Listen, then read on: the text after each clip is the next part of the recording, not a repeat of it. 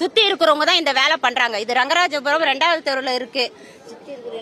இங்க இருக்கிறது ராஜேந்திர பாபு என் தம்பிங்க தான். நாங்க 9 தலைமுறையா தான் இங்க இருக்கோம். நான் 13 வருஷமா வரி கட்டிட்டு வரேன். இந்த வீட்டுக்கு டைனேஜ் வரி, தண்ணி வரி, வீட்டு வரி எல்லாமே வாங்கியிருக்காங்க. சரிங்களா? சொத்து வரி எல்லாமே இருக்கு. கேஸ் போட்டிருக்கோம், சூட்ல இருக்கு. இப்ப வந்து நீங்க வீடு காலி பண்ண சொல்லி 2வது போஸ்டர் வந்து எதுக்கு ஓட்டிட்டு போறாங்க அவங்க? நாங்க இந்த வீட்டை விட்டு போக மாட்டோம் சார். இது பிரைவேட் லேண்ட் தான். யாருக்கிட்டையும் நாங்க ஏமாத்தியும் வாங்கல, எதுவும் வாங்கல. எங்க அப்பா காலத்துல இருந்தே இருக்கு.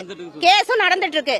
தயவு செஞ்சு வீட்டு மேல யாரும் கை வைக்க கூடாது. எங்களுக்கு எந்த வீடு வேண்டாம். நீங்க இந்த முதலமைச்சர் ஐயா ஸ்டாலின் ஐயா தான் எங்களுக்கு கண்டிப்பா முடிவு பண்ணி கொடுக்கணும். நாங்க ஆட்சி மேலயோ அரசியல் மேலயோ எதுவும் சொல்லல.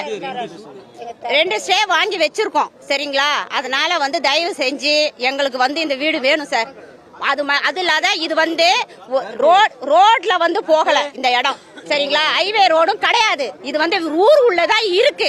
அதனால வந்து தயவு செஞ்சு எங்களை எடுக்க கூடாது சார். நாங்க எல்லாம் இந்த இடத்த விட்டு எங்கேயும் போக முடியாது. நாங்க கேஸ் போடுறோம், எல்லாமே பண்ணிருக்கிறோம். எதுக்கு எங்களுக்கு இதை எடுக்கணும்னு எதுக்கு காரணம் என்ன இருக்கு இதை எடுக்கணும்ட்டு? இது பஸ் போற ரூட்டா?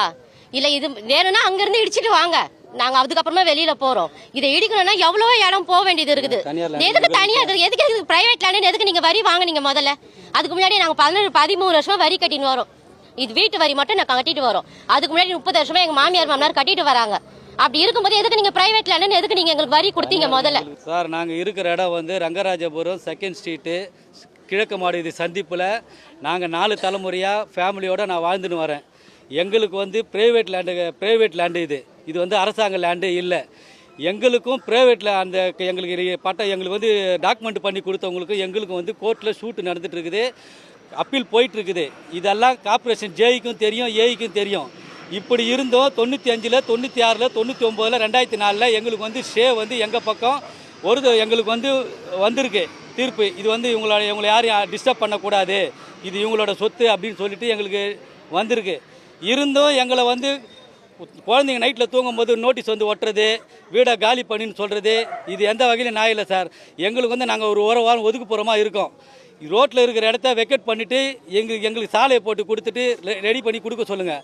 எங்களுக்கு அதுக்கும் சம்மந்தமே கிடையாது. கோர்ட்டில் சூட்டு இருக்கும்போது இவர் எப்படி சார் வந்து அவர் அரசு அதிகாரி எடுக்கலாம்? இதுக்கு முழுக்க துணை மேயர் மகேஷ்குமார் தான் இதுக்கு வந்து உறுதுணையாக இருந்து எல்லாத்தையும் எடுக்கணும்.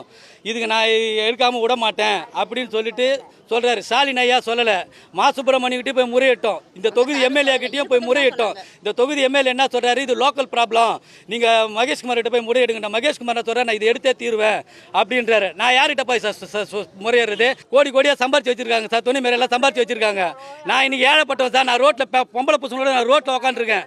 ஜேஇ வந்து பேச்சுவார்த்தை நடத்தினா நான் வந்து ஆர்டரோட வருவேன், நான் வந்து இடிப்பேன், இவங்க வீட்டை இடிக்காத விட மாட்டேன் அப்படின்னு சொல்லிட்டு போறாரு. இது எந்த வகையில் சார் நியாயம்?